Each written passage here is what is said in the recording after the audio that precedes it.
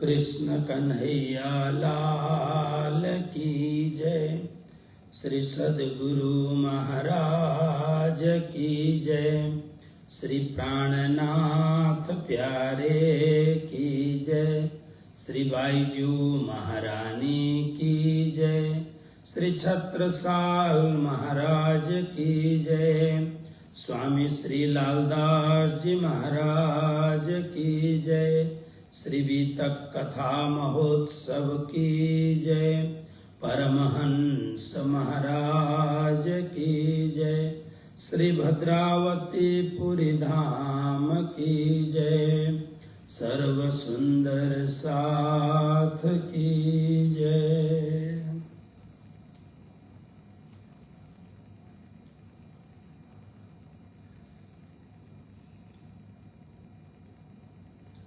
बंधो सतगुरु चरण को करूं धनि प्रेम प्रणाम। अशुभ हरण मंगल करण श्री देवचंद्र जी नाम। श्री प्राणनाथ निज मूलपते। श्री मेहराज सुनाम। तेज कुंवरी श्यामा जुगल को पल पल करूं प्रणाम। तेज कुंवरी श्यामा जुगल को पल पल करूं प्रणाम। पल पल करूं प्रणाम।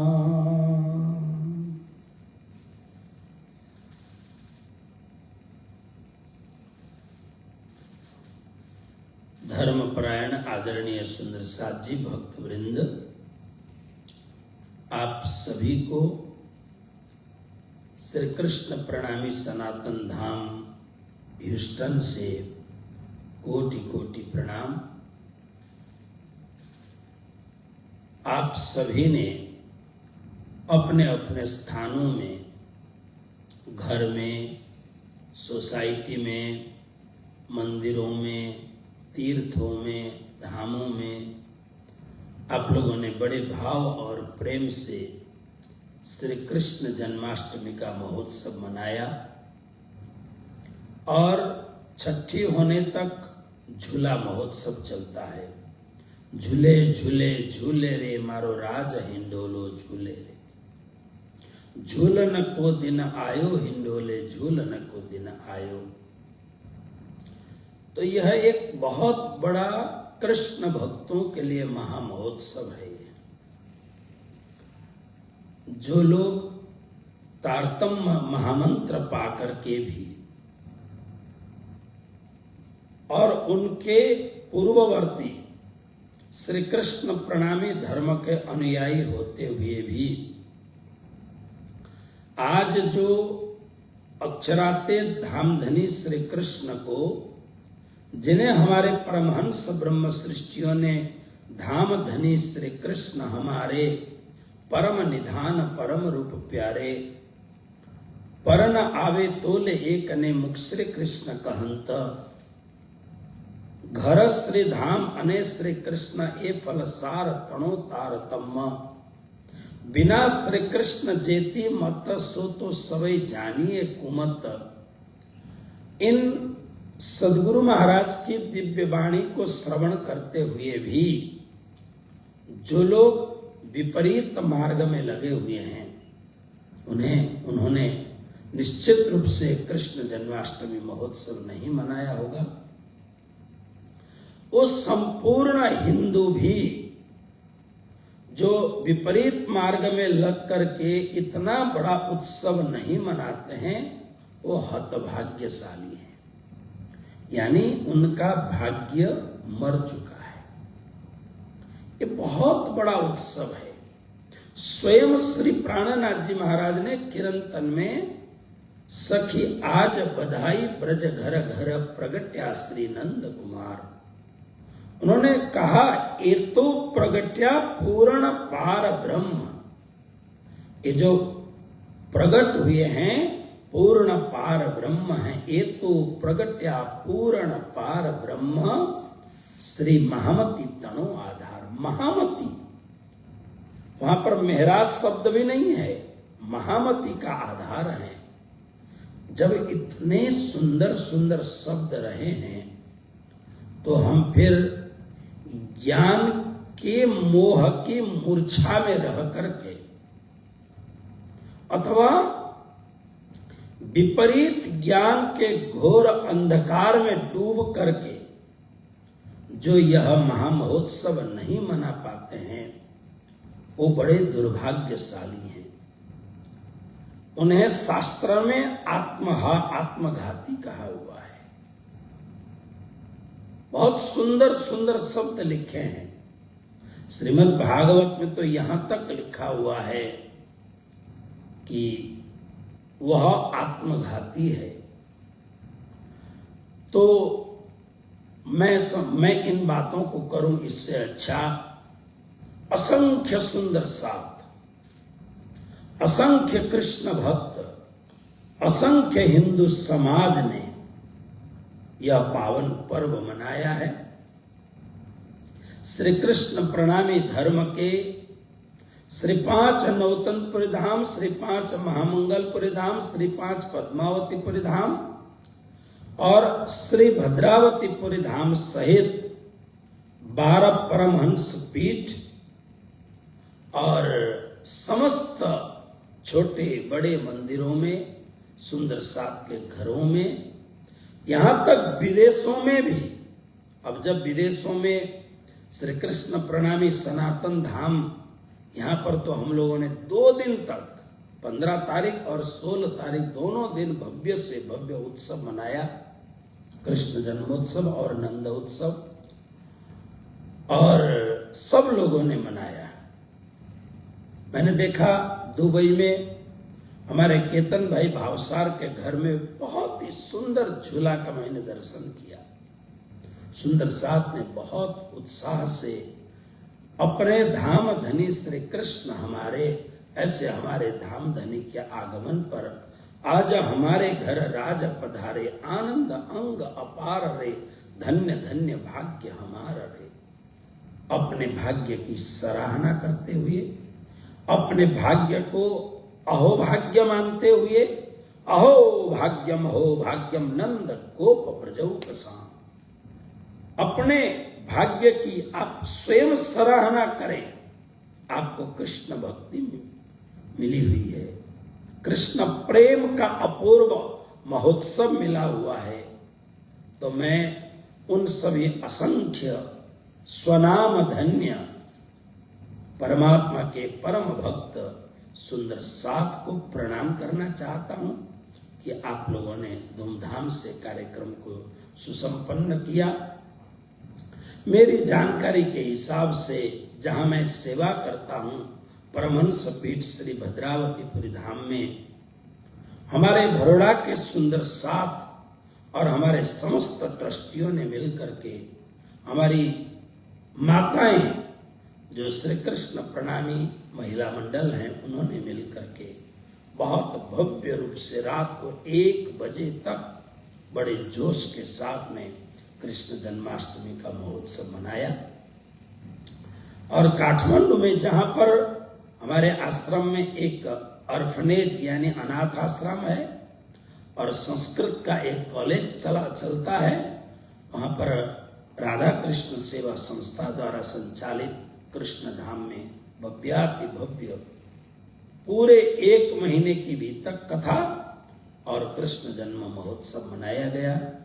और अमेरिका में तो इस बार मैं खुद हूं, तो हम लोगों ने भी बहुत धूमधाम से मनाया। ये हमारा कर्तव्य भी है, अहोभाग्य भी है। तो आइए, इन उत्सवों के कारण मुझे 1-2 दिन कथा को रोकना पड़ा। आइए आज हम पुनः कथा को प्रारंभ करते हैं।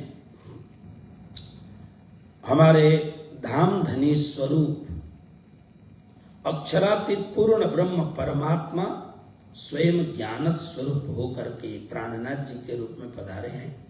देखिए, मैं आप सब जानते हैं कि मैं बहुत ज्यादा यथार्थ के बगैर जो बातें हैं उनको मैं नहीं चलाता हूं। यथार्थ को साथ लेके चलने में मैं विश्वास करता हूं। मैं शब्द का एक उपासक हूं। बोलते हुए मुझे ध्यान रखना पड़ता है कि मैं क्या बोल रहा हूं। देखिए, जब श्री कृष्ण इस जगत पर आए, जो जन्माष्टमी हमने मनाया, श्री कृष्ण पूर्णावतार हैं। वो जो चाहें वो कर सकते हैं। उन्हीं के लिए शास्त्रों ने कहा कर्तुम समर्थ, अकर्तुम समर्थ, अन्यथा कर्तुम समर्थ। जो समस्त मानव जाति जो काम कर सकती है, मानव का समूह, बड़े से बड़ा, छोटे से छोटा आदमी जो काम कर सकता है वो भी परमात्मा कर सकते हैं। और जो मानव नहीं कर सकता है, बड़े बड़े देवता ही कर सकते हैं, वो भी परमात्मा कर सकते हैं। जहां त्रिदेव भी हार जाते हैं, त्रिदेव भी,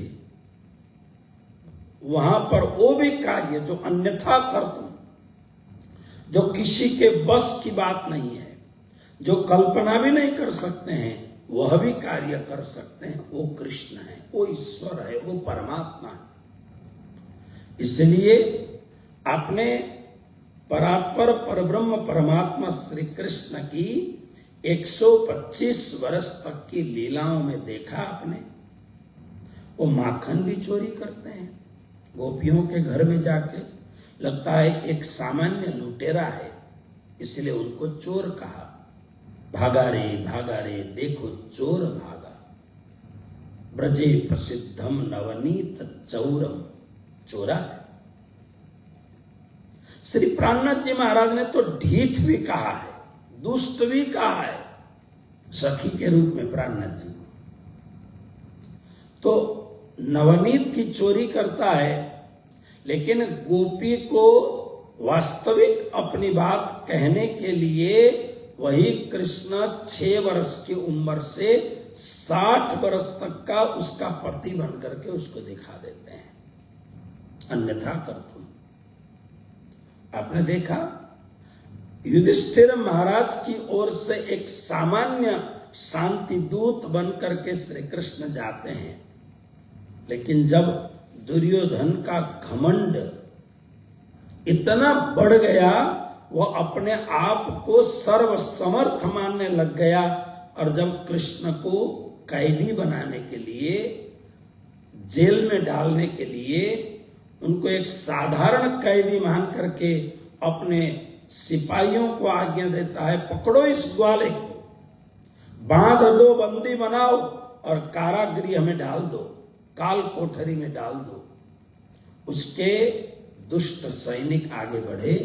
आपने सबने देखा, भगवान श्री कृष्ण का एक वह स्वरूप जिसको भगवान ने श्लोक के अंतिम में संजय ने कहा, यत्र योगेश्वर कृष्णो यत्र पार्थो धनुर्धर, वह योगेश्वर का स्वरूप बनाया, जिसके लिए अर्जुन को कहा, दिव्यम ददामि ते चक्षु पश्चिमे योगमैश्वरम। मैं तुम्हें अपने तरफ से दिव्य आंख प्रदान करूंगा, जिससे दिव्यम ददामि ते चक्षु, ते तुम्हारे लिए मैं चक्षु आंखें दे रहा हूं। अब अर्जुन आंख तो है, लेकिन अलग आंख दे रहे हैं। कौन सा? पश्चिमे योगमैश्वरम। अनंत ऐश्वर्य से भरे हुए मेरा जो अनंत सृष्टि का जो कर्ता धर्ता मैं नारायण विराट स्वरूप हूं, उसका दर्शन तुम करो पश्यमे योगम ऐश्वरम, वह स्वरूप का छोटा सा दिग्दर्शन कराया। और दुर्योधन के वह जो दास थे सबके सब अलग हो गए।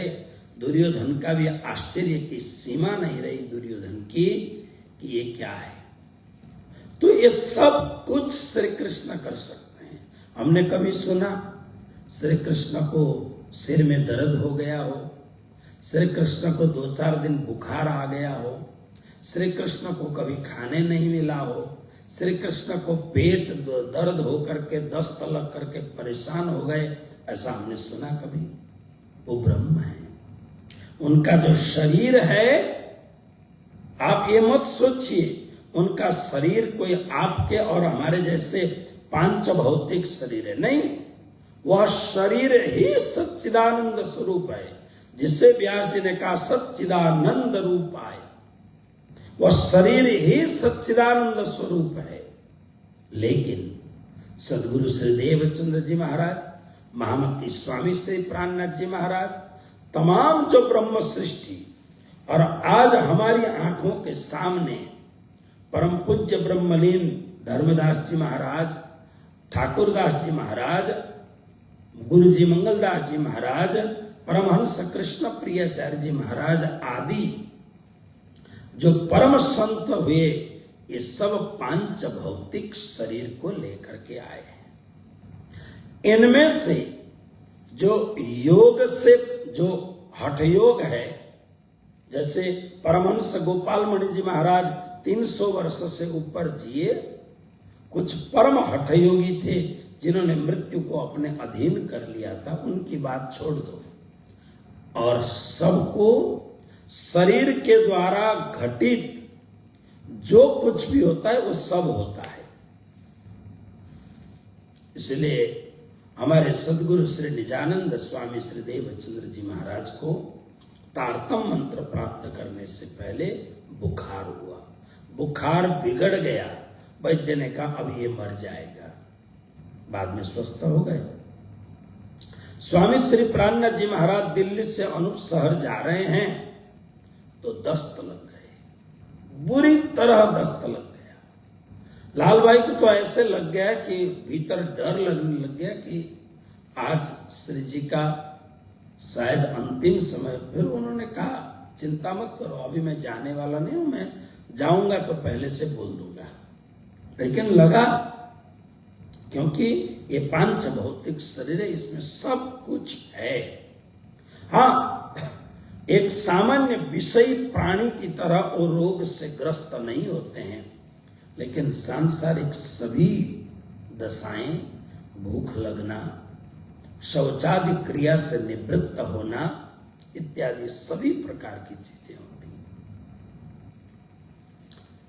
तो स्वामी श्री प्राणनाथ जी महाराज जब सूरत से निकले थे तो सूरत से निकलते हुए उनके साथ बहुत बड़ी एक सुंदर साथ की एक जमात है, एक समूह है काफी बड़ा। स्वामी श्री प्राणनाथ जी महाराज औरंगाबाद से बुढ़ानपुर के तरफ गए।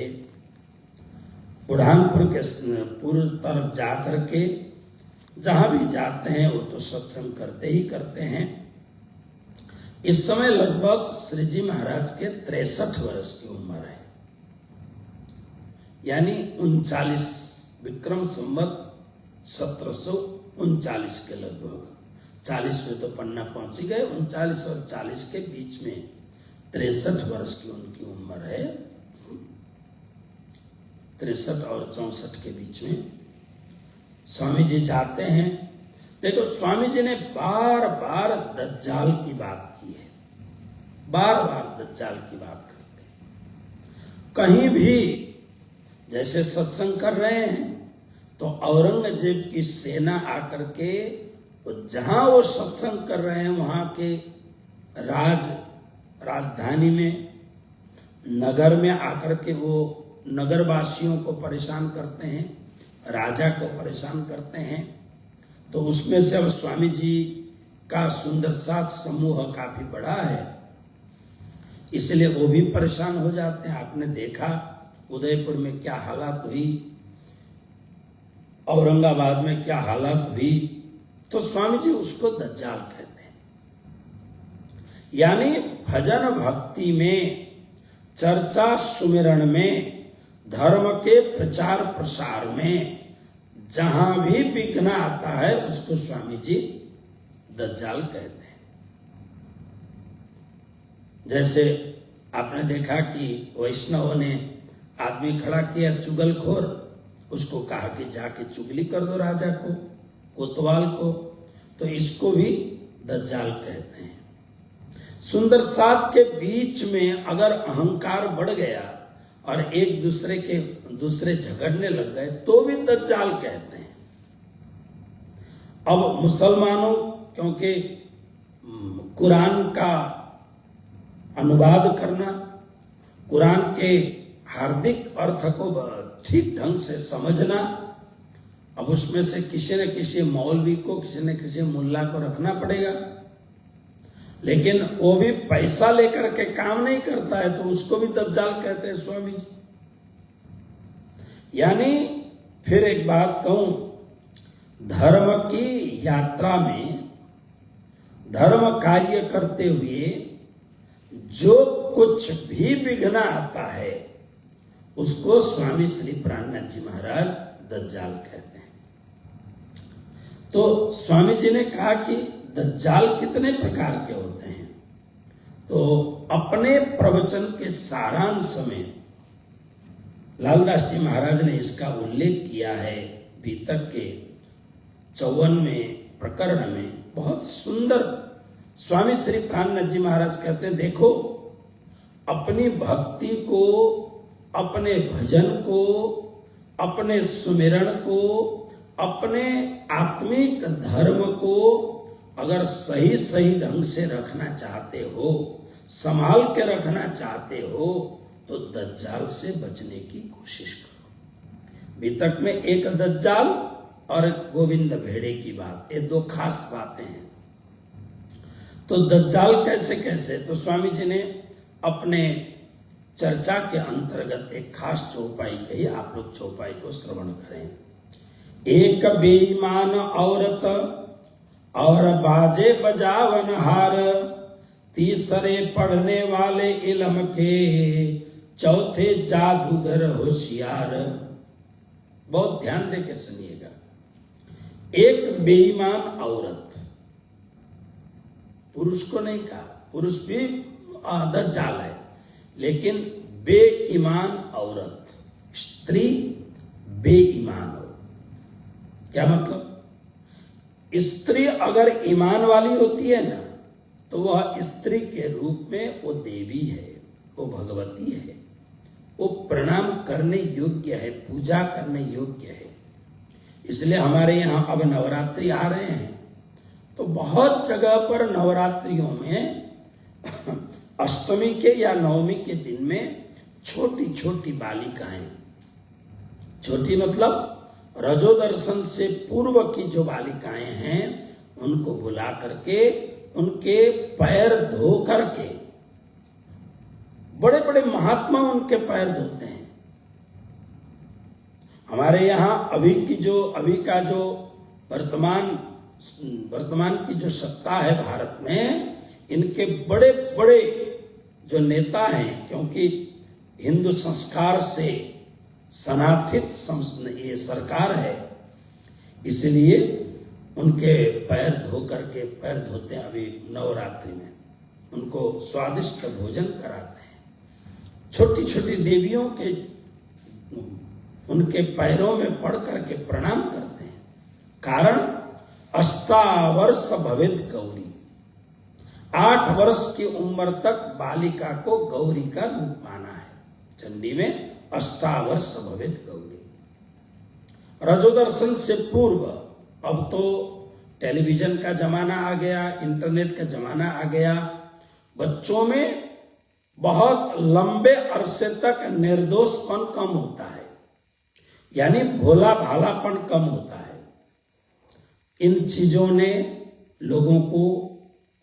लोगों के जीवन के अंतरंग जीवन में बहुत कुछ बदल दिया।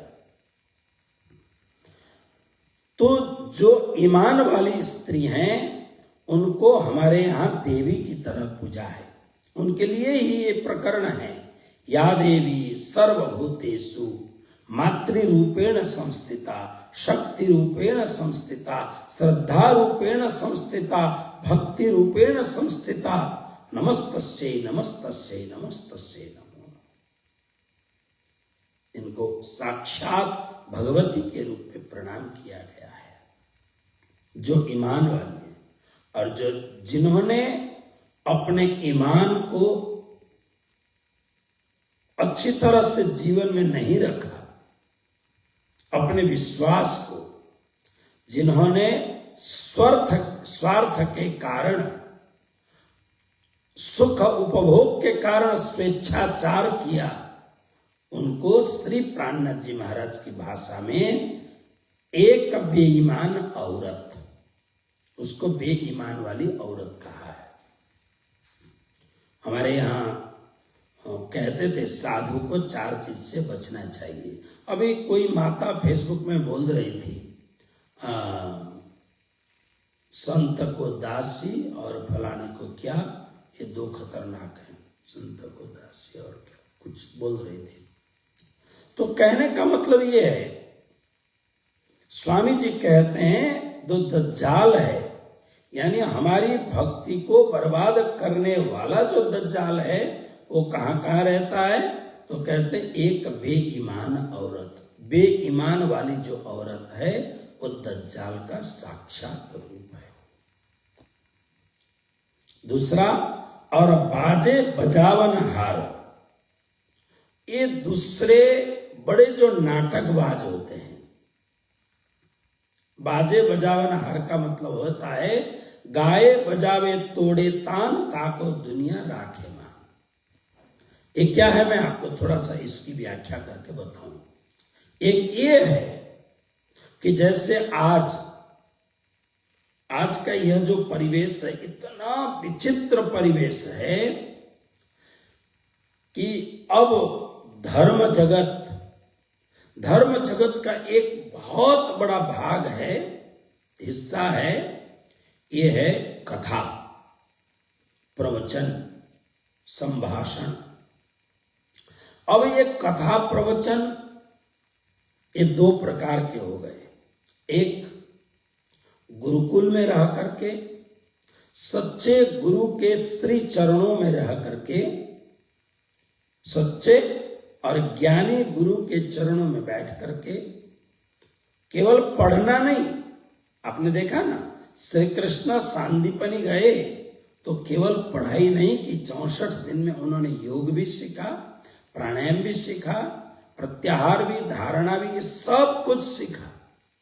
भोजन बनाना भी सीखा, गाय चराना भी सीखा, गायों का इलाज करना भी सीखा। मैंने संसार भर की सभी विद्याएं पढ़ी।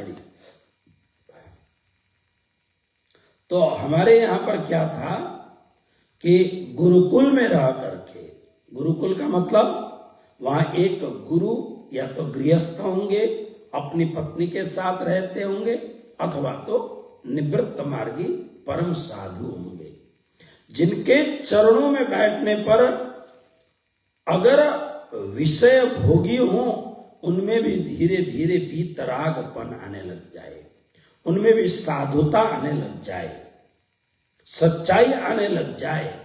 ऐसे गुरु के चरणों में बैठ के, बरसों बैठ करके, सीख करके, अच्छी तरह शिक्षा ले करके, जब उन्हें पता लगता है कि अब मैं डगमग नहीं हो सकता हूं, फिर गुरु के चरणों से विदाई लेकर के, उनके आशीर्वाद से या तो गृहस्थ जीवन अपना करके पंडित के रूप में, अथवा तो वीतरागी बन करके, ब्रह्मचारी बन करके, साधु के रूप में धर्म का प्रचार प्रसार करने का एक नियम था।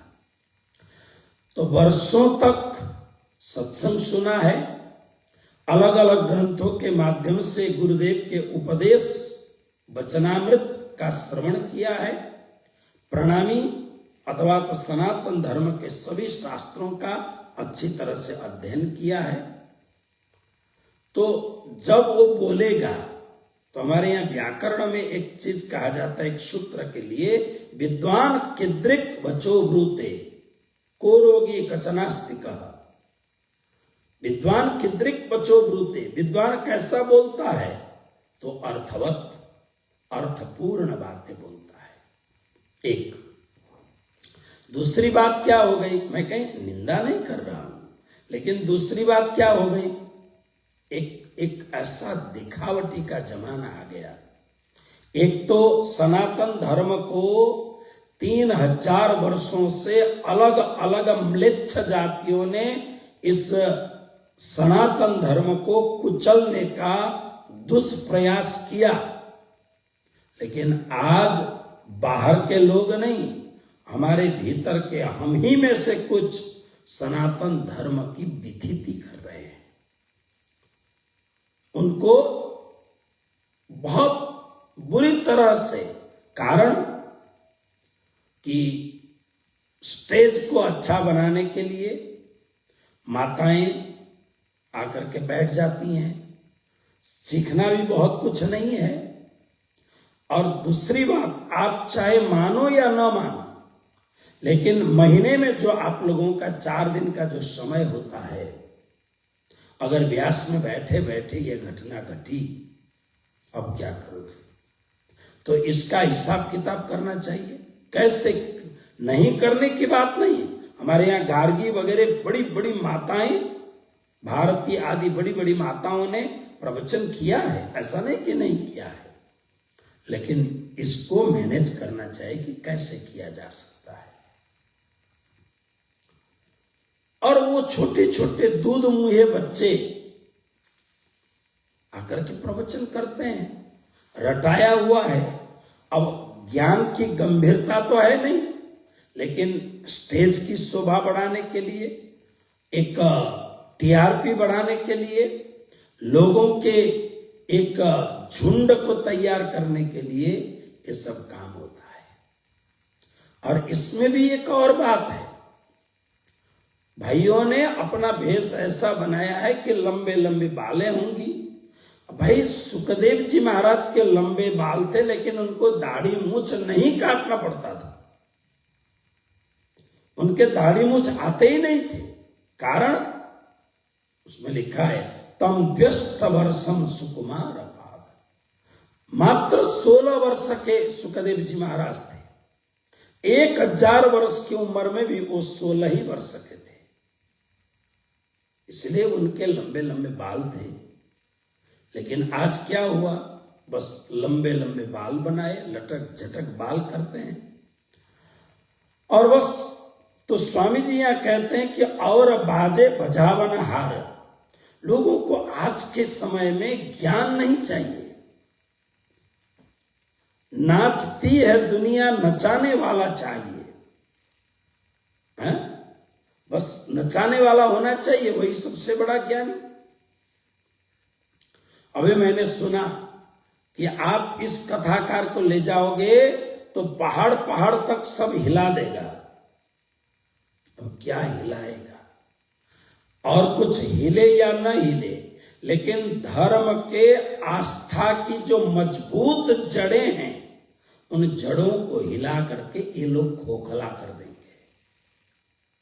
तुम्हारा धर्म केवल एक ढकोसला, एक आडंबर, एक पाखंड का केंद्र बनेगा, सच्चाई उभर के नहीं आएगी। किस रास्ते में लोग जा रहे हैं? स्वयं श्री प्राणनाथ जी महाराज भी तक के 54वें प्रकरण के 53वें चौपाई में कह रहे हैं, और बाजे बजाओ नार। इस प्रकार से ज्ञान का गर्भित अर्थ नहीं, केवल बाजा बाजा बजा बजा करके आपको जो नचाए, स्वामी जी कहते हैं ये दज्जाल का स्वरूप है। अब आप समझो कि आपको दज्जाल पालना है या दज्जाल को भगाना है। स्वामी जी ने कहा, एक तो बेईमान स्त्री औरत, और बाजे बजावना हारा। तीसरे पढ़ने वाले इलम के, इलम माने ज्ञान। हमारे तो प्रणामी संप्रदाय में तालीम जो लेना है उनमें इलम शब्द बहुत आता है, यद्यपि इलम शब्द उर्दू का है, तो कैसा इलम? तीसरे पढ़ने वाले इलम। ज्ञान तो प्राप्त कर लिया, लेकिन ज्ञान की गहराई नहीं है, ज्ञान घमंड का कारण बन गया। स्वामी, मैं वो चौपाई बार बार कहता हूं ना, इलम चातुरी खूबी अंग की, मोहे यही पट लिख्या अंकुर, यही न देवे देखने मेरे दुल्हे के मुख का नूर। आप देखो स्वामी जी की वाणी क्या है। स्वामी जी की वाणी को प्राप्त करने के बाद में हमारे हृदय में राज्य महाराज के प्रेम का अंतरंग भाव जगना चाहिए, इसके बदले विषय जागता है। तो फिर स्वामी जी कहते हैं, खाली शब्दों का अर्थ वाला इलम अगर होगा, क्यों? वाणी के साथ साथ में, स्वाध्याय के साथ साथ में तपस्या जरूरी है। धनी के प्रेम द्वारा हमारे अंतरंग हृदय को धनी का प्रेम स्पर्श करे, हमारे हृदय में परमात्मा के प्रेम का आविर्भाव हो, ताकि हमारा मन विषयों के तरफ आकर्षित न हो। ये जरूरी है। अगर ऐसा नहीं होगा तो यह इलम पढ़ने वाले जो हैं वो भी दज्जाल के रूप हैं। चौथे, जादूगर होशियार, जादूगिरी दिखाने वाले हमारे यहां भी कम नहीं है। बस बेतुकी बात, चमत्कार की बेतुकी बात करेंगे, इधर उधर करेंगे। ये चारों के चारों दज्जाल के मुख्य पात्र हैं। फिर एक बार कहूं, एक बेईमान औरत, दूसरे बाजे बजावनहार, तीसरे इलम को पढ़ने वाले, और चौथे चटक मटक दिखा करके लोगों को भ्रमित करने वाले। तो स्वामी जी ने कहा, जहां जाओ वहां दज्जाल का कोई न कोई स्वरूप तो रहता ही रहता है। अब चूंकि स्वामी जी की उम्र लगभग 63 वर्ष की हो गई, छोटी अवस्था से उन्होंने बड़ा धर्म के लिए प्रयत्न किया, शरीर को घिस दिया। तो सभी सुंदर साथ को ऐसा लगा, जो अब तो हजारों शिष्य हो गए, स्वामी जी को शारीरिक रूप से कष्ट हो रहा है ऐसा लगने लग गया। तो फिर सुंदर साथ ने विचार किया कि अब क्या करें। तो सुंदर साथ सब ने मिल करके विचार किया, अब एक सवारी की व्यवस्था करनी चाहिए। तो उस जमाने की सबसे अच्छी सवारी घोड़े की सवारी मानी जाती थी। अच्छा जीन वगैरह लगा करके, तो एक घोड़ा बहुत अच्छी तरह से एक घोड़ा ले आए, जिस घोड़े का नाम रखा समद।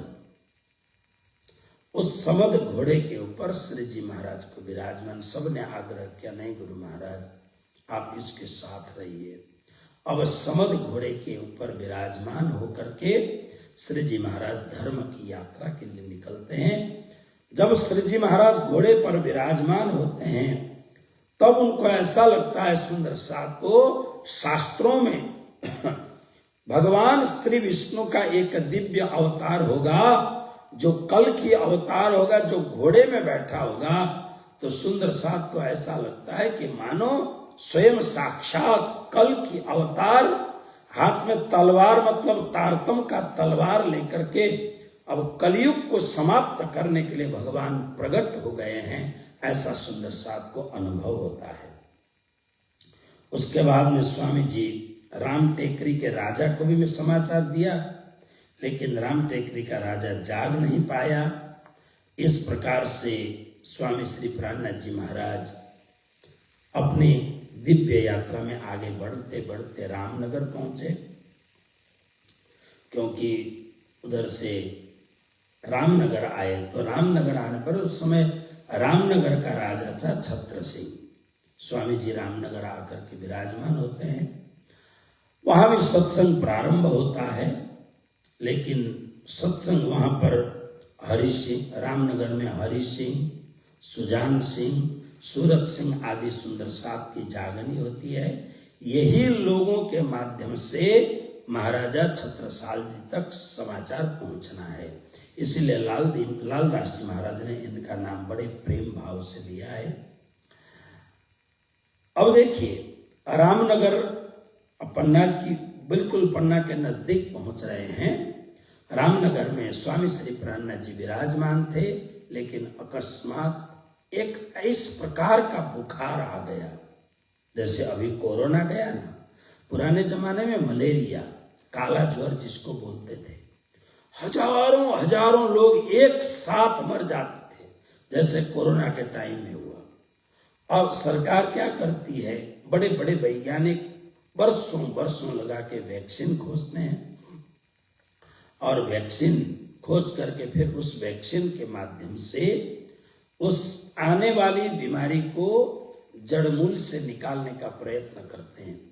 लेकिन आपको पता है या नहीं, सरकार का एक ऐसा पक्ष होता है जो ये जो मलेरिया टाइप के या अनेक अलग प्रकार के जो कीटाणु हैं, उनके ऊपर ये लोग, बैक्टीरिया जो हैं उसके ऊपर काम करते हैं। यह भी एक प्रकार का शस्त्र है। विशेष करके चाइना आदि देश इसके लिए बहुत काम करते हैं। ऐसी चीजें कि जिसके द्वारा अन्य देशों में फेंका जाए तो मिसाइल की तरह नहीं, लेकिन कोरोना की तरह फैल जाए। तो एक दवा निकालते हैं, वो दवा जब पूरे दुनिया में वो दवा काम करती है, इधर दूसरे प्रकार की बीमारी तुरंत आकर के खड़ी हो जाती है। तो रामनगर में एकदम भयंकर ज्वर आने लग गया। देखिए ना, श्री प्राणनाथ जी महाराज वहां होते होते साक्षात श्री प्राणनाथ जी महाराज की हाजिरी में इस बुखार ने ऐसा विकराल रूप धारण किया। स्वामी श्री लालदास जी महाराज कहते हैं, इन समय दज्जाल जोर लगा करने, आजूज माजूज उतरे, साथी लगे खींचने। आजूज माजूज दिन रात का चक्कर जैसे पूरा हो रहा है। देखिए, ये जो बीमारी आई इसको भी स्वामी जी ने दज्जाल कहा है, और इस दज्जाल ने साथी लगे खींचने, यानी सुंदर सा धाम जाने लग गए। श्री प्राणनाथ जी महाराज विवश होकर देखते हैं, आए दिन सुंदर सा, क्योंकि हजारों की संख्या थी। रामनगर तक ऐसे तो बीच में कुछ न कुछ थोड़ा बहुत होता था, लेकिन इस रामनगर में बहुत ही ज्यादा।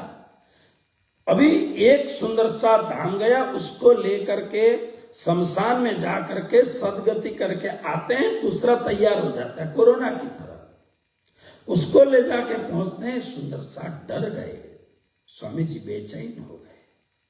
इसलिए मैं कहता हूं ना कि परमात्मा, जैसे स्वामी श्री प्राणनाथ जी महाराज पूर्ण ज्ञान के अवतार हैं, लेकिन जब ऐसी परिस्थितियां आती हैं तो इन परिस्थितियों में राज्य से प्रार्थना करनी पड़ती है। फिर अब राज्य ने सबको सब कुछ हुक्म नहीं दिया होता है, नहीं तो जैसे कृष्ण ने वो जयद्रथ को मारना था, लेकिन जयद्रथ अब सूर्य डूबने वाला है तो कृष्ण ने डुबा दिया। जयद्रथ सामने आया, नाचने कूदने लग गए। अब तो अर्जुन मर गया चित्ते में, क्योंकि प्रतिज्ञा विफल हो गई।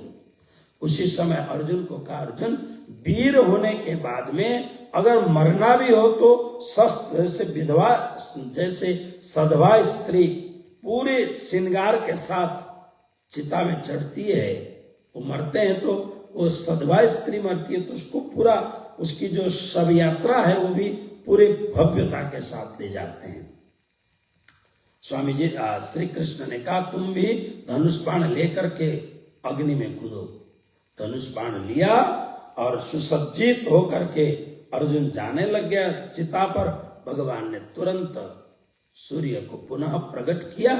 अभी तो सूर्य अस्त हुआ ही नहीं था, भगवान ने अपने सुदर्शन चक्र से सूर्य को ढक दिया था। अरे अर्जुन, सूर्य बाकी और ये जयद्रथ, तुरंत जयद्रथ को मार दिया। तो देखो, कृष्ण ये कर सकते हैं, क्यों? कृष्ण पूर्णावतार है, कृष्ण परमात्मा है, पूरी शक्ति के साथ हैं वो। स्वामी जी ने राज्य से बहुत प्रार्थना की, मेरे सुंदर साथ अभी गए नहीं, दिन में ही लालदास जी महाराज ने भीतक में लिखा है, एक को शमशान पहुंचा के आते हैं, आते आते दूसरा तैयार। बहुत सारे सुंदर साथ, ईश्वरदास जो उदयपुर के सुंदर साथ थे वो धाम चले गए, उसके और उनके बेटे और उनकी धर्मपत्नी दोनों वो भी धाम चले गए।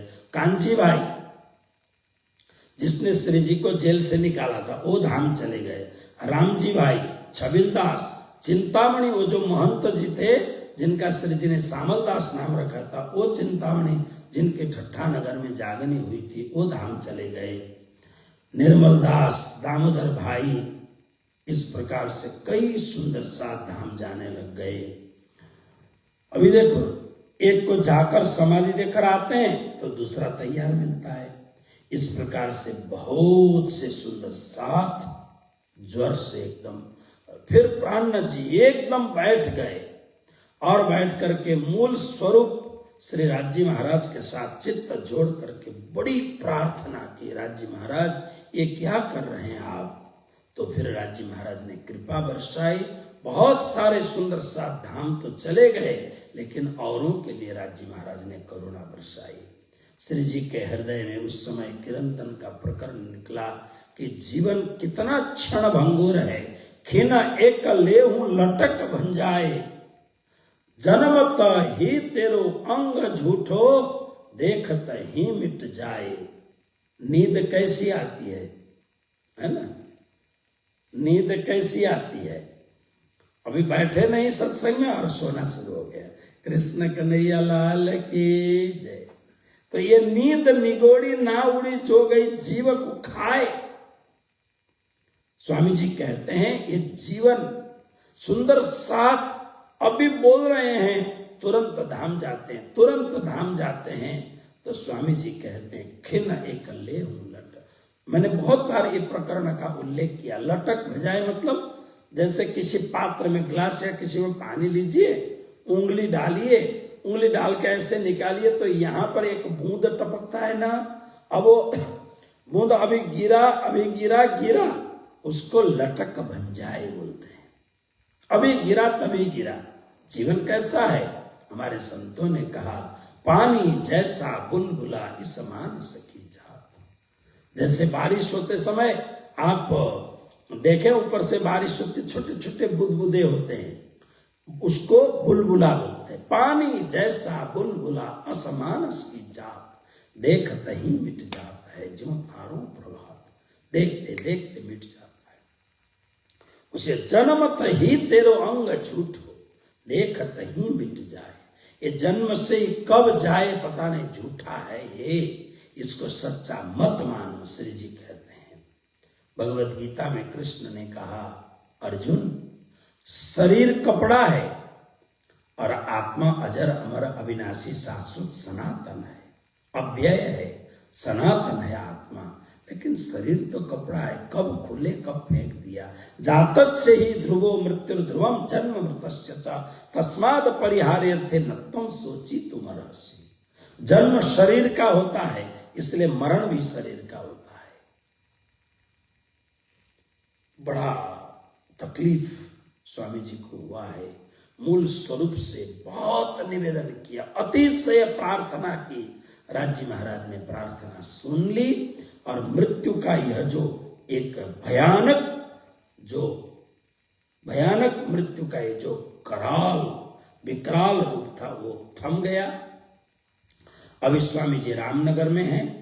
रामनगर में होते हुए उसी समय औरंगजेब ने उस इलाके का जो सबसे बड़ा ऑफिसर था, दीवान, वो था पुरदल खान। पुरदल खान को औरंगजेब ने कहा मैंने सुना है कि वो एक जो महात्मा है, वो महात्मा आजकल रामनगर में आया हुआ है। हे पुरदल खान, मेरी आज्ञा है, हुक्म है, उसको पकड़ करके मेरे पास ले आओ, मुझे उसके साथ बातचीत करनी है। पुरदल खान गया।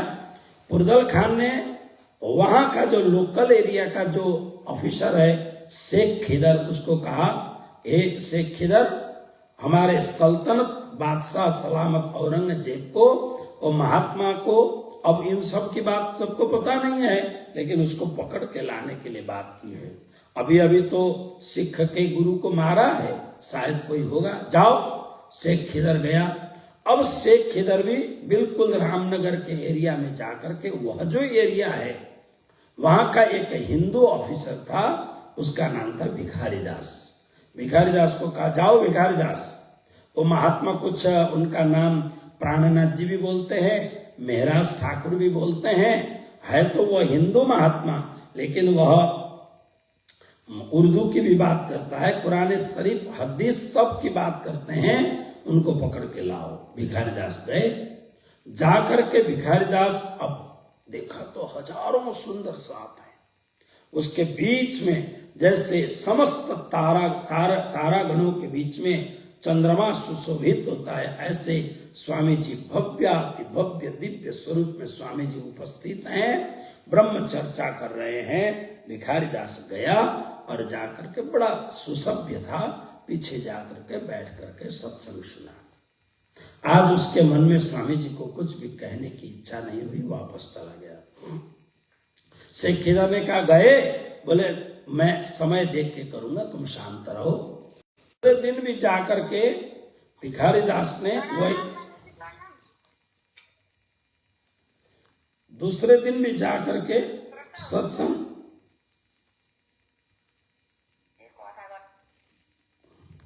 दूसरे दिन भी जाकर के सत्संग कर रहे हैं और चर्चा सुना रहे हैं।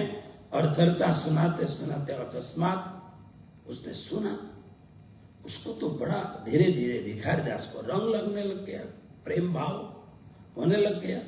फिर तीसरे दिन भी गया और तीसरे दिन भी सत्संग सुनता है, बड़ा अच्छा लगता है। चौथे दिन भिखारी दास ने सत्संग सुना और सुना करके सीधे श्री प्राणनाथ जी महाराज के चरणों में पहुंचा।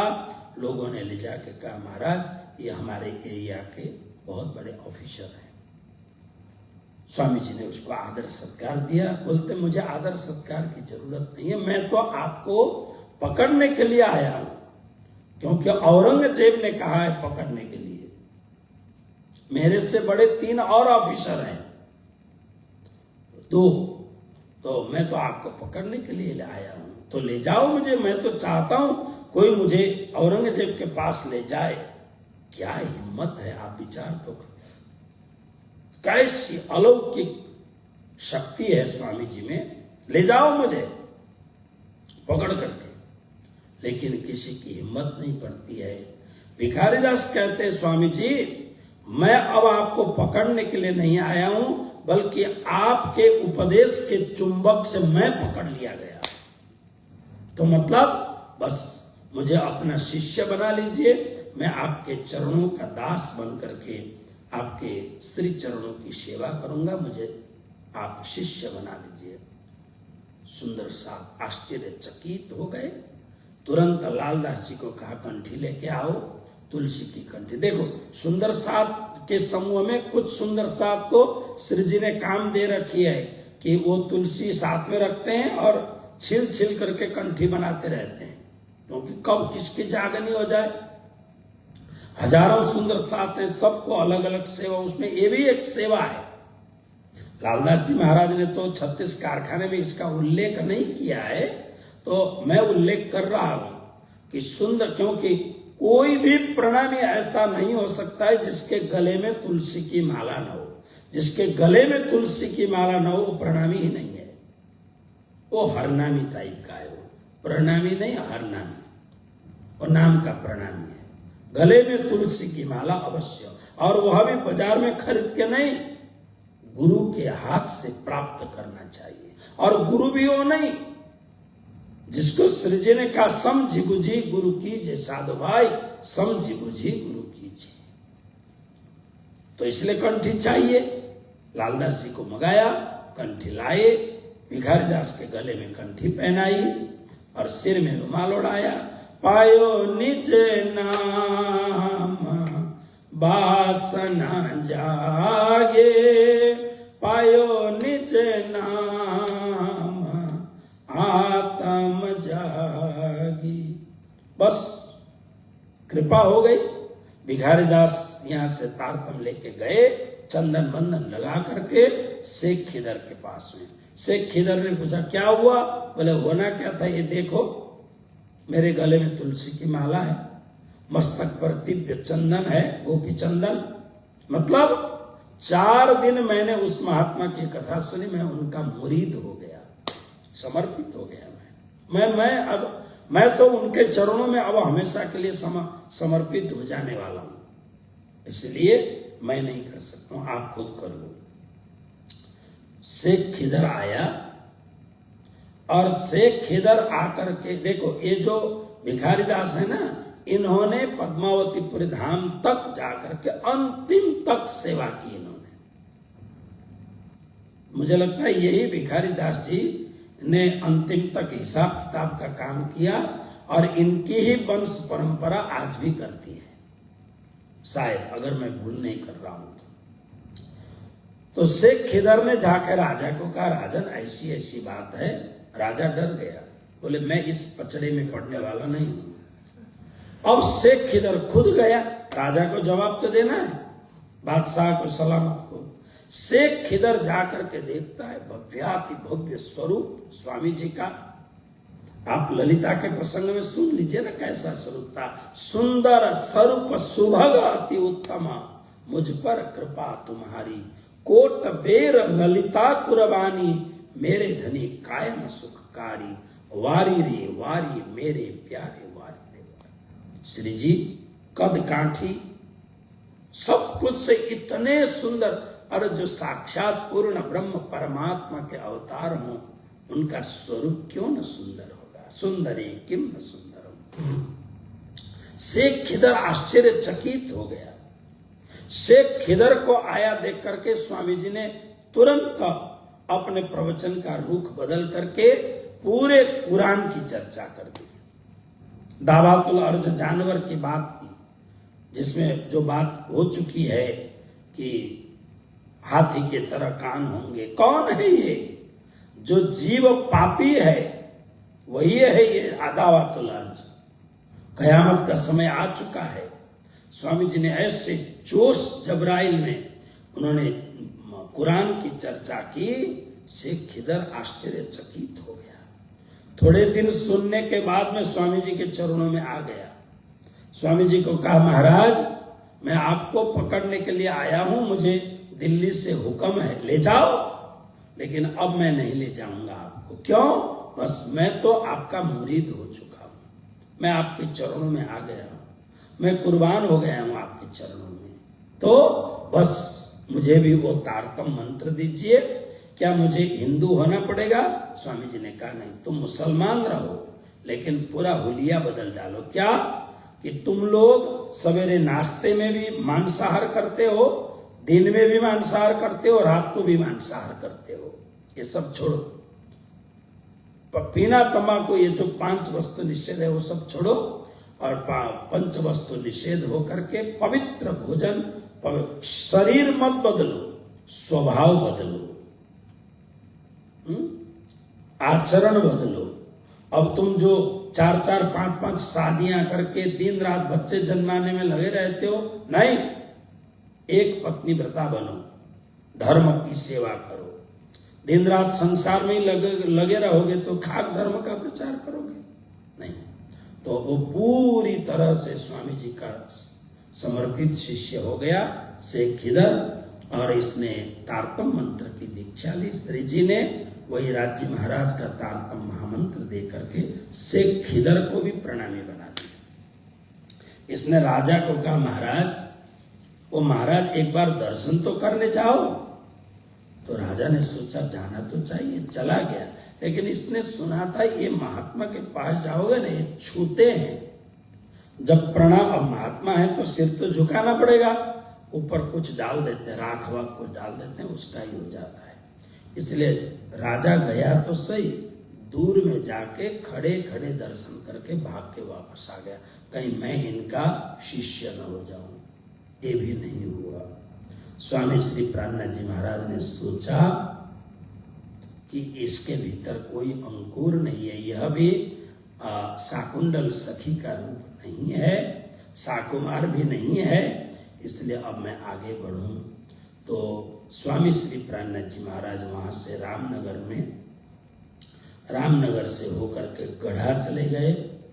और गढ़ा में, ये जो गढ़ा है ना, यहाँ पर पहुंचने के बाद स्वामी जी को सुंदर साहब के विषय में, सुंदर साहब को जो तकलीफ वगैरह हुई और रामनगर में औरंगजेब की सेना ने थोड़ी लूट मचाई है, वो भी बात सुनी। तो सुनने के बाद में बड़ा अच्छा ना लगा।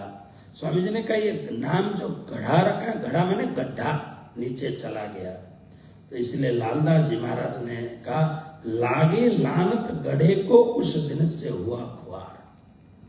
कई ऐसी चीजें हैं जिनको बोलने से भी ऐसा समझते हैं कि हमारा दिन ठीक नहीं होगा। तो गढ़ा का नाम भी थोड़ा गड़बड़ हो गया। और बस उसके बाद में स्वामी श्री प्राणनाथ जी महाराज अब गढ़े से अगरिया गए, अगरिया से बिलहरी गए, और बिलहरी जाने के बाद में अब स्वामी श्री प्राणनाथ जी महाराज के श्री चरण धीरे धीरे पन्ना की ओर बढ़ रहे हैं। रामनगर में स्वामी श्री प्राणनाथ जी महाराज के सूरत सिंह ने कंठी बांधी थी। सूरत सिंह ने स्वामी श्री प्राणनाथ जी महाराज को कहा, महाराज सुना तारतम इनने देखिए हक सूरत। श्री प्राणनाथ जी महाराज को साक्षात पर ब्रह्म परमात्मा का स्वरूप देखा। प्राणनाथ जी को पर ब्रह्म परमात्मा का साक्षात स्वरूप देखा, इसलिए तारतम सुना था। तो सूरत सिंह ने श्री प्राणनाथ जी महाराज को कहा कि मैं एक व्यक्ति को जानता हूं जो छत्रसाल जी महाराज के बिल्कुल नजदीक का है और मैं भी उनके परिवार का हूं। बोले कौन? दीवान देवकरण। तो उनको बुलाया गया। दीवान देवकरण खींचे खींचे चले आए। दीवान देवकरण ने सत्संग किया। सत्संग करने के बाद में थोड़ी चर्चा सुन के दिल की भागी सख्त, थोड़ी सी मोमिन चले मुत की न्यात कहते हैं ना स्वामी जी, जिनको जागना होता है थोड़ी सी बात सुनते ही जाग जाते हैं। बस स्वामी जी ने थोड़ी सी बात सुनाई, देवकरण का हृदय जाग गया, सारी शंका कुशंकाएं खत्म हो गई। स्वामी श्री प्राणनाथ जी महाराज के चरणों में लग गया।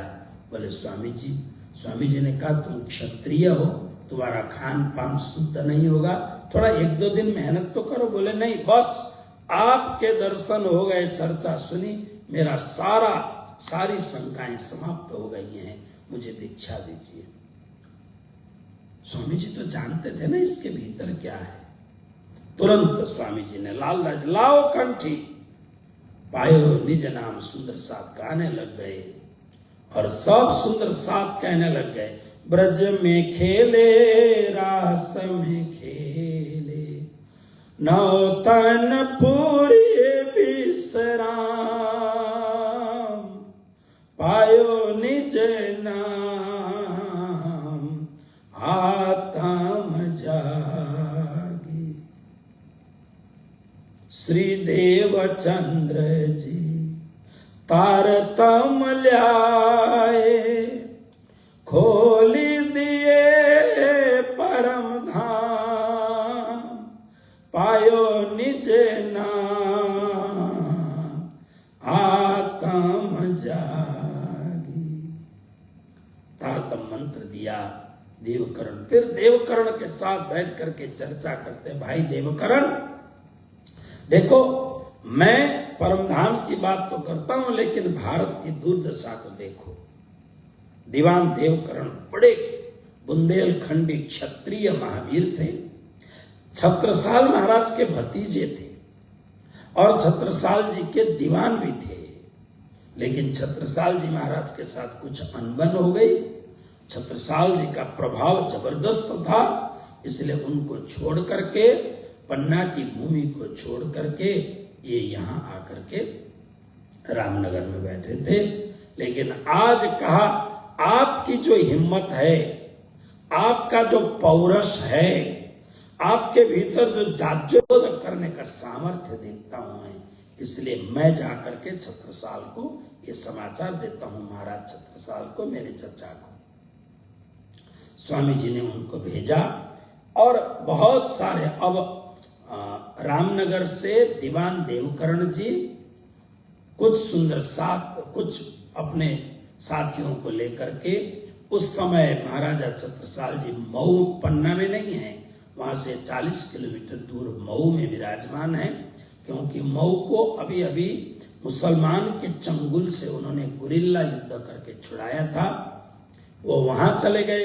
अब वहां जाने के लिए कुछ समय तो लगता ही है, उस समय के साधन भी ऐसे ही थे, इसलिए दीवान देवकरण उधर चले गए।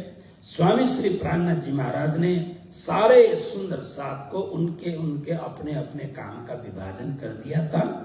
यहाँ पर स्वामी श्री लालदास जी महाराज कुछ सुंदर साथ के काम के विभाजन, 2-4 मैं नाम ले लूं, आप लोग बहुत ध्यान से श्रवण करें। पतिराम भाई सुंदर साथ थे, उनको राशन का काम, राशन का काम मतलब सूरत से 500 चले थे, बीच में कितने सुंदर साथ धाम चले गए, फिर भी श्रुति परंपरा से कहीं ऐसा पूरी तरह से लिखा नहीं है, लेकिन श्रुति परंपरा से अगर कहीं लिखा हो तो मुझे जरूर भेजें, लेकिन मुझे अभी तक नहीं मिला है। लेकिन एक श्रुति परंपरा यानी श्रवण परंपरा से श्री जी जब पद्मावतीपुरी धाम पहुंचे हैं तब 5000 सुंदर साथ का समूह था, ऐसा कहना है श्रुति। अभी तो 400 वर्ष से हुए हैं, 400 वर्ष मतलब 350 वर्ष हुए हैं। विक्रम संवत 1740, 1840, 1940 और फिर इधर 82, तो इसका मतलब क्या हुआ कि 300 और इधर 42 वर्ष और यानी 350 वर्ष। तो ये बात बहुत दूर की नहीं है कि सुनने में बीच में कुछ गड़बड़। तो श्रुति परंपरा ऐसी कहती है कि स्वामी जी के साथ 5000 सुंदर साथ थे, तो 5000 सुंदर साथ के भोजन की व्यवस्था कोई सामान्य बात है? आप कल्पना करो, मैंने बड़े बड़े सेठ साहूकारों को देखा है, घर में 4-5 लोग होते हैं खाने वाले। करते क्या है, जो घर के जो सेठ लोग हैं उनके लिए बासमती चावल बनता है, फिर घर में उनको उनके काम के लिए जो 8-10 नौकर रखे हैं उनके लिए अलग भोजन बनता है, और कोई नौकर चाकर बाहर से आके जाते हैं तो कल जो रखा हुआ है वो उसको दे देते हैं। मैंने तो सेठों के यहाँ बचपन में देखा है, जो गांव के सेठ होते थे 3-3 प्रकार के भोजन बनते थे, एक बिल्कुल साधारण और एक बिल्कुल अपर ग्रेड का, इतना। तो आप विचार करो, जब 5 आदमियों में इतना विभेद होता है। हमारे मंदिरों में आप देखो ना, हमारे मंदिरों में सर्वसाधारण के लिए क्या बनता है, सेठ साहूकारों के लिए क्या बनता है, आप देखो तो सही। हमारे फिर भी प्रणामी धर्म के मंदिरों में यह विभेद लगभग नहीं है। अब अगर कहीं हो तो मैं नहीं कह सकता हूं, क्योंकि बड़े बड़े सेठ साहूकार लोग एसी रूम में बैठ के भोजन करते हैं, वहां सबको जाने का हुक्म नहीं होता है। इसलिए मैं प्राय जहां जहां जाता हूं ना, मैं सार्वजनिक जगह पर बैठने की कोशिश करता हूं, मुझे अच्छा लगता है। तो लेकिन और संप्रदायों की तो हालत इतनी खराब है कि रसीद देख करके उनको भोजन पिरोसा जाता है, कौन सेठ कौन साकार, किन की गाड़ी कौन सी है। खैर, तो इतने सुंदर साथ, और वह भी कैसे, स्वामी जी ने कहा एक खान गान पान, सभी का एक ही प्रकार का भोजन होना चाहिए, स्वामी जी का निर्देश है ये। तो फिर इन सब की व्यवस्था, तो जो राशन है उसकी व्यवस्था पतिराम भाई करते हैं, और उसके बाद में केसरदास और जयंती भाई उनका साथ देते हैं, और उसके बाद में जो जयंती भाई सुंदर साथ को पानी पिलाने का काम करते हैं। फिर बाजार से साग सब्जी जो भी सामान चाहिए वो गोकुलदास ला करके देते हैं। जो गरीबदास हैं ये संपूर्ण सुंदर साथ के सामान रखने की व्यवस्था करते हैं। रसोई में खेमदास, गंगाराम, संतदास, गोवर्धन और सूरजमल ये सुंदर साथ और भी बहुत सारे हैं, लेकिन ये विशेष सुंदर साथ है। मैं आपको बताऊं लगभग विक्रम संवत नहीं 1900 ईस्वी सन 1990 से पहले 91 से पहले तक लगभग 9 वर्ष तक मैंने मेरा गुरुस्थान कालिंपोंग मंगलधाम, मेरा दूसरा गुरुस्थान जहां मैंने पढ़ाई की है सिलीगुड़ी श्री कृष्ण पढ़ाई मंदिर प्राणनाथ ब्रह्मचर्य आश्रम, और गुरुजी ने सबसे अंतिम में जो मंदिर बनाया नेपाल में, पूर्व नेपाल में इटहरी में, जो आज प्रणामी समाज का अलौकिक मंदिर है। 9 वर्ष तक मैंने बड़े बड़े मेले भंडारे वहां उतारे। मैंने उतारे मतलब मैं थोड़ा लीडरशिप पहले से ही था, लीडर ऑलवेज लीडर, तो मैं थोड़ा आगे रहता था, व्यवस्थापन करता था, और मेरी टीम थी पूरी। आज बड़े बड़े महाराज भी उसमें हैं। हम लोग मिल करके गुरु महाराज के निश्चल निष्कपट निर्द्वंद भाव से निःशुल्क रूप में कोई भी इच्छा कामना के बगैर गुरु महाराज की सेवा, भंडार की सेवा हम करते थे बड़े बड़े मेले में। तो इसलिए ये कोई खेमदास, गंगाराम, संतदास, गोवर्धन, सूरजमल आदि सुंदर साथ सब मिलके रसोई घर में सेवा करते थे। और वहां पर भजन वजन गाने वाले लोग भी चाहिए, चौपाई गाने वाले, तो निर्मल दास और मुकुंद दास जी मीठे स्वर वाले थे। बाई जी महारानी अपनी मीठी मधुर आवाज से वो भी गाती थी। देखो प्राणनाथ जी को सुंदर सुंदर भजन गाकर रिझाते थे। सायंकाल जब आरती होती थी तब मुकुंद दास जी और उत्तम दास जी और निर्मल दास जी सब मिलकर प्रेम से आरती गाते थे। आरती मतलब जय जय सतगुरु आरती तेरी पिया, निर्मल दृष्टि करे जिन मेरी पिया, ये सब आरती सब गाते थे। मुकुंदास जी महाराज थे, उन्होंने बंदो सतगुरु ये रच दिया था, ये सब गाया करते थे। फिर आरती गाया और झांझ मंजीरा आदि बजाते हुए बड़े आनंद और उमंग के साथ नाचते हुए संध्या आरती गाते थे। बनवाली दास भी आरती में शामिल होते थे और नए नए सुंदर साथ भी आरती के गाने में साथ देते थे। सब लोग आते थे। कल्याण जी बीच बीच में कला जमाए, मतलब नाचना दौड़ना एकदम, और बड़े संगीतज्ञ थे, राग अलापते थे। इस प्रकार से वहां पर काम होता था। संध्या की वेला में आरती उतारी जाती थी। कौशल्या है, उसके घर में उत्सव भी बहुत भाव से होता था।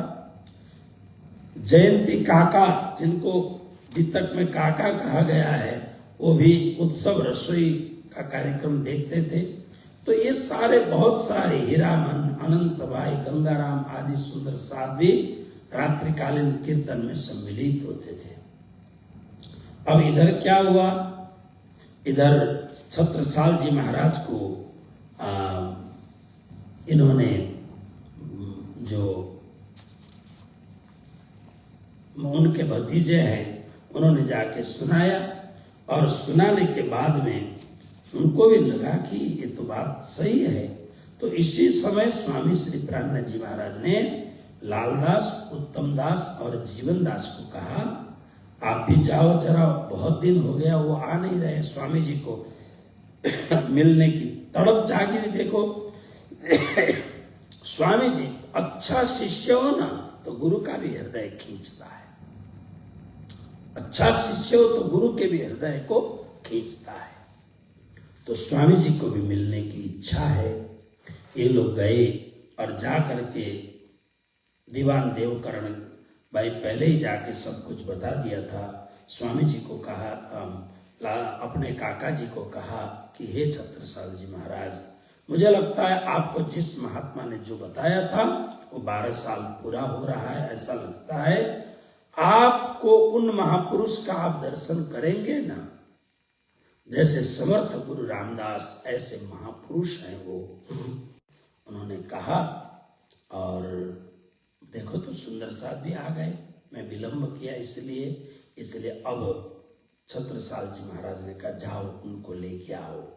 तो अब स्वामी जी उस समय तो रामनगर में ही थे, रामनगर से अगरिया बिलहरी होते हुए पन्ना जी आए, और पन्ना जी आकर के किलकिला, क्योंकि इतना बड़ा जमात, तो जहां पानी की सुविधा हो, रहने की ठीक ठीक व्यवस्था हो, ऐसी जगह पर पड़ाव डालना है। तो किलकिला नदी के किनार में अमराई घाट, अब ये अमराई घाट में सुख की बात आपको सुनाऊं, खुशखबरी, नेपाली समाज के लिए एक भव्य धर्मशाला, परम पूज्य परम आदरणीय, इस समय मंगलधाम के पीठाधीश, मंगलधाम मतलब जो ओरिजिनल मंगलधाम है उसकी बात कर रहा हूं, तो ओरिजिनल जो मंगलधाम है उसके जो पीठाधीश श्री मोहन प्रियाचार्य जी महाराज हैं, उनके माध्यम से, और हमारे नेपाल के मदन शर्मा जी उसमें लगा, और भी कई सुंदर साथ होंगे, मुझे सबकी जानकारी नहीं, लेकिन एक भव्य नेपाली धर्मशाला बन रहा है, ऐसा मुझे सुनने में आया है। मैंने भी कहा है मुझे कहोगे तो मैं भी थोड़ी बहुत सेवा करूंगा। तो ये अमराई घाट में डेरा डाल दिया। अब अमराई घाट में किलकिला नदी की अपनी विशेषता है। अब जहां पर स्वामी जी आए हैं, ये भूमि संसार की सर्वोत्कृष्ट भूमि है। तो अब ये भूमि की कथा, किलकिला नदी की अपनी ही एक बयां है, और स्वामी श्री प्राणनाथ जी महाराज का अलौकिक स्वरूप। अब उसके बाद में महाराजा छत्रसाल जी से मिलाप, ये जो दिव्य और पवित्र चर्चा है, कथा है, ये कल हम लोग सुनेंगे। आज यहीं कृष्ण कन्हैया लाल की जय, श्री निजानंद स्वामी की जय, श्री प्राणनाथ प्यारे की जय, स्वामी श्री लालदास जी महाराज की जय, श्री परमहंस महाराज की जय, श्री भद्रावती पुरी धाम की जय, सर्व सुंदर साथ की जय। प्रणाम सुंदर साथ जी, प्रणाम।